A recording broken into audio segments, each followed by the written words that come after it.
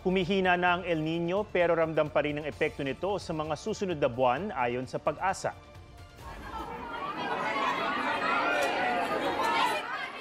Sa Abra Sports Complex, nahilo at nahimatay ang ilang pumila para sa ayuda dahil sa sobrang init at siksikan.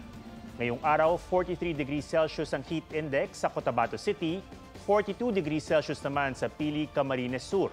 Bukas inaasahang papalo sa 40 degrees Celsius pataas ang damang init sa ilang lugar. Kahit may El Nino pa, naglunsad na rin ng La Nina Watch ang Pag-asa dahil posibleng maranasan yan sa mga susunod na 6 na buwan.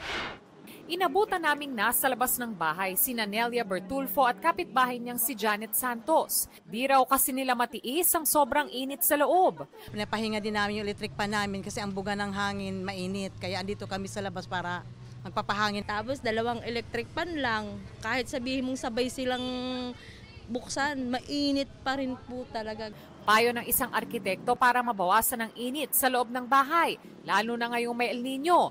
Magbukas ng bintana at pintuan para mag-circulate ang hangin. Let the hot air out and let the cool, fresh air in. So it will really improve the air quality. Hindi lang yung init, no? Yung quality rin ng air that's inside your homes.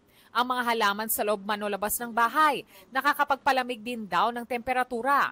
Plants really cool the indoor and outdoor air temperature by as much as 10 degrees. So, of course, one pot of plant will not cool your entire home, but as much as possible, kung meron tayong places na where we can put plants, let's plant more. Kung may ekstrang budget, pwede naman daw lagyan ng sunshade nets ang mga lugar sa bahay na direktang nasisikatan ng araw. Pwede rin gumamit ng insulation foam na inilalagay sa pagitan ng bubong at kisame. Ang purpose ng insulation is to stop the transference of heat from the roof to the indoor space.